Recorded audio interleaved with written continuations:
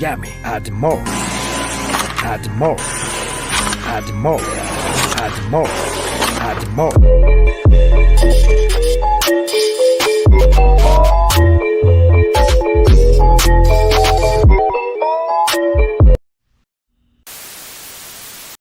Hey, what's up? It's Goggles. I don't have my goggles on or nothing.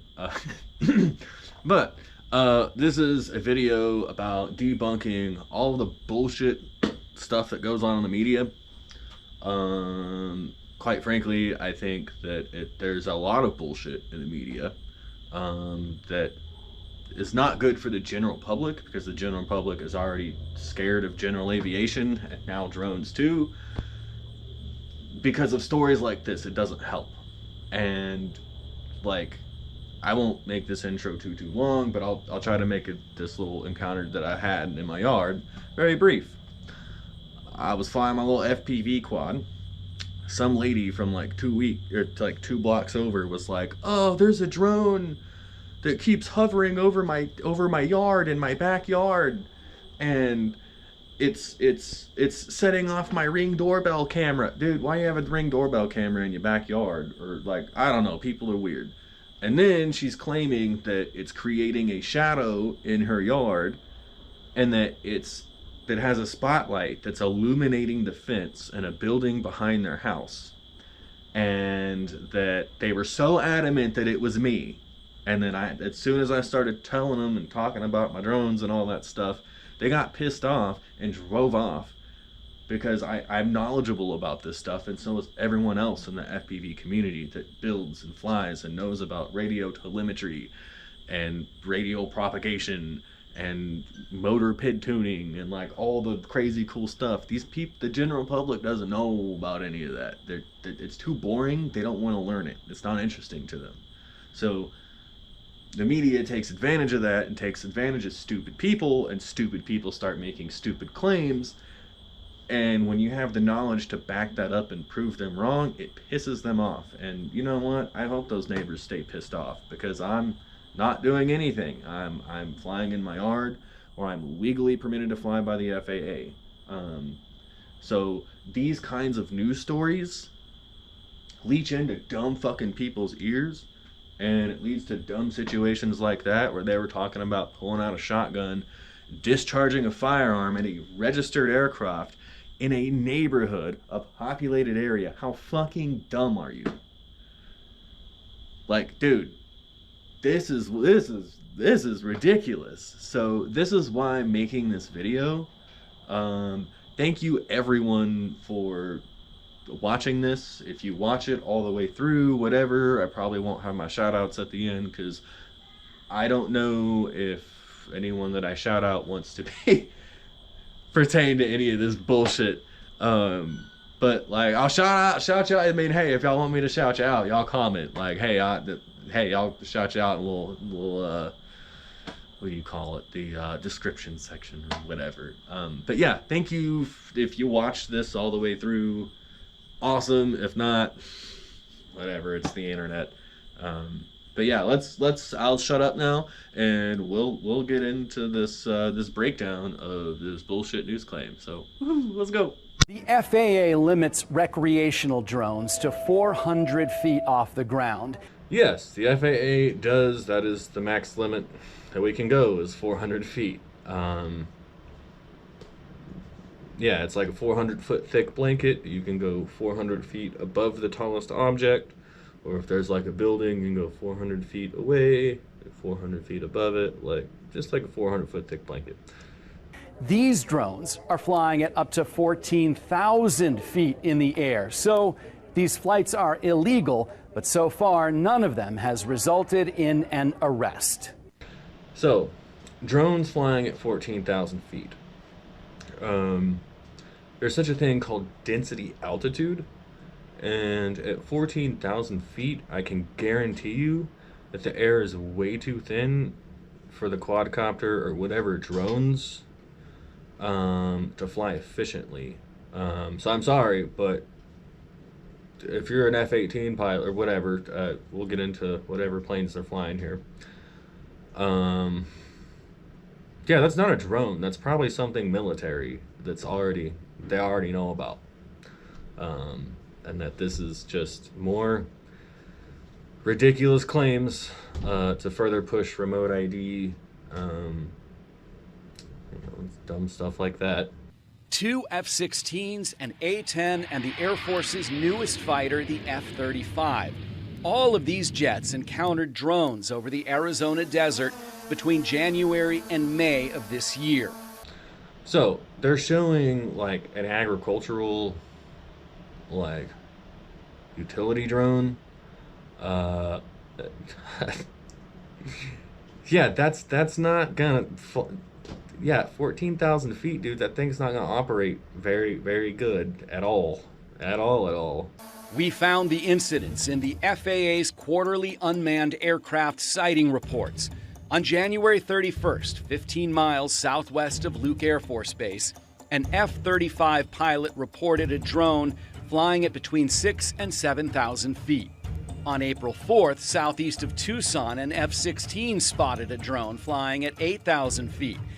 May 6th, northeast of Douglas, an A-10 pilot spotted a drone at 14,400 feet. And on May 29th, another F-16 spotted a drone 1 mile away from Tucson's Davis-Monthan Air Force Base, flying at 7,000 feet. So, how's an F-16 pilot gonna spot a drone from a mile away when your cruising speed is probably somewhere around 400 to 500 miles an hour? Hello? Our previous reports show pilots have spotted drones flying even higher. Can a regular drone that somebody just buys online fly at 20,000 feet? Yeah, it can get pretty high. Alan Evans is the CEO of Unusual Machines, a company that builds components for drones here in the United States. So, Mr. Allen from Unusual Machines here. I don't know if these news people, like, you can clearly see he's reading a question off a teleprompter. He doesn't know what. They're clearly not knowledgeable about this, and if that was the question that he asked you and that was your response to, can a drone fly 20,000 feet, and you said yes, like to a consumer drone, then, like, I'm sorry, dude. I haven't seen any drones that I can buy that go 20,000 feet. Not that I'm discrediting you or disclaiming or whatever, but I don't know if that was something that the media chopped and cut to make that fit their narratives, but that's bullshit. There are no drones that are going to go 20,000 feet in the air when you buy them. And if you go over 400 feet, you're violating FAA rules and stuff. So, and you're putting real pilots in danger. Yeah. I'd like to know who's operating them. They're not being operated legally, and you kind of got to ask yourself, who might be doing this? I'd like to thank our witnesses. During congressional hearings, security experts have testified that foreign actors, even drug smugglers, were likely using drones in U.S. airspace. Nearly every day, transnational criminal organizations use drones to convey narcotics and contraband across U.S. borders.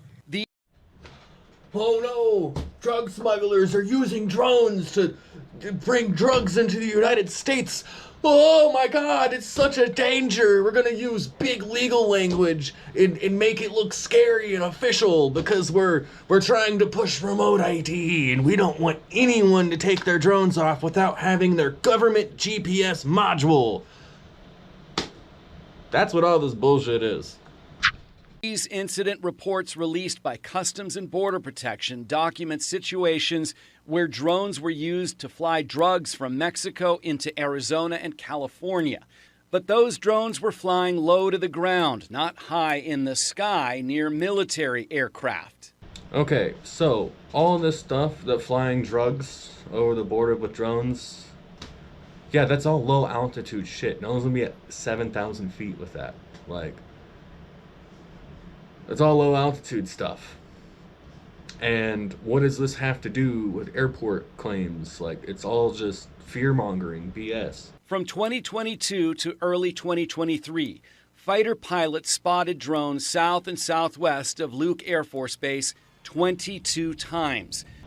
Now, I'm sorry, but good luck differentiating the difference between a bird and a drone cruising at sub-Mach speeds and possibly at Mach speeds. I don't know if these guys are training or what they're doing. But here's my point. Why is there no video of this on this report?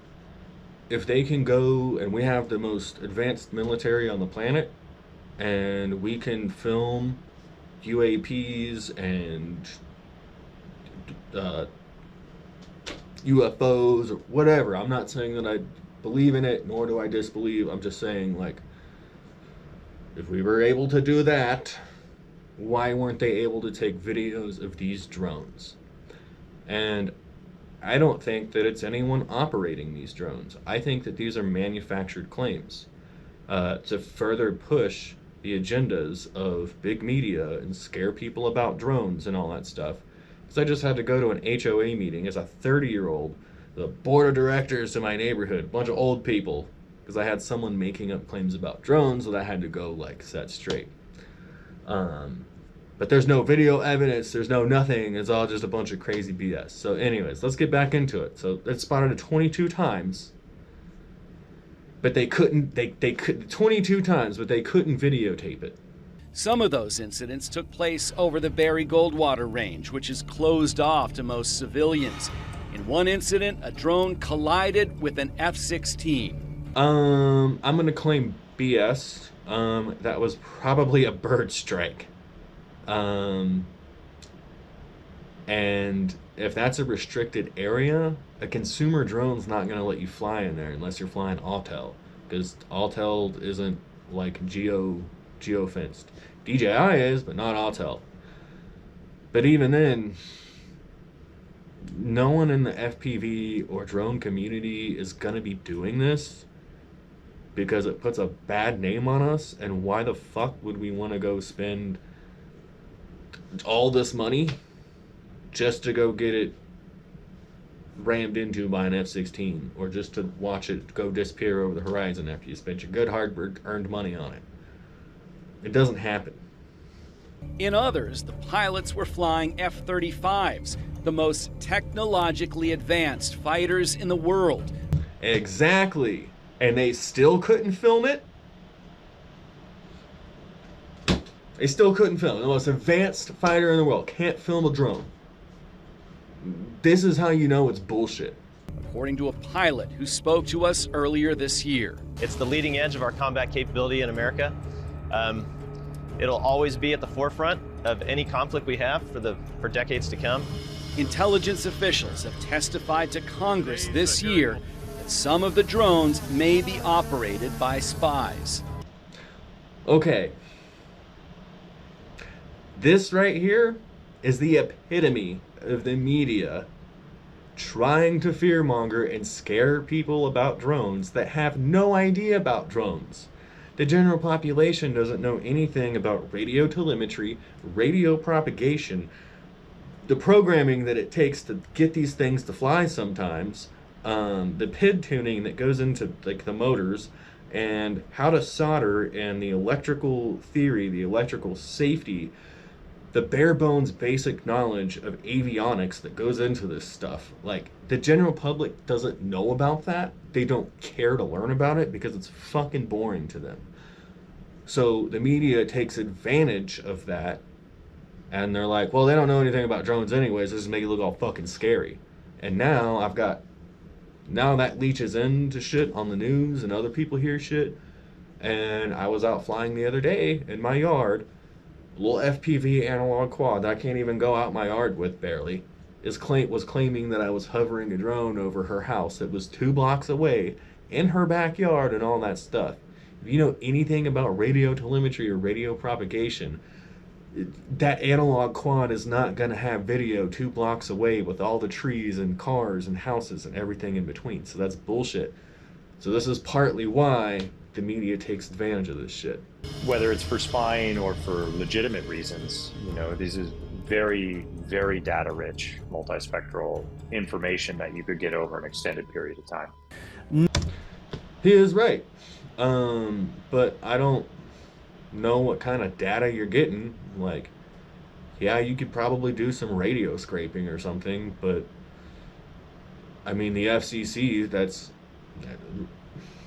public shit. Like, radio wave is public. It's the FCC. So like, whatever information they're gathering, if it's radio or whatever, if it's just pictures, who knows? But I can guarantee you that it's no one. No one's doing this. This is just a manufactured bullshit claim. None of the fighter pilots involved in the drone sightings this year had to take evasive action. But Congress and the intelligence community are still trying to figure out what to do about this growing concern. So, none of these pilots had to take evasive action because there were no drones there to begin with. I'm Morgan Lowe for Arizona's Family Investing. I'm sorry, Morgan Lowe, but you're a fucking idiot. Get your shit together.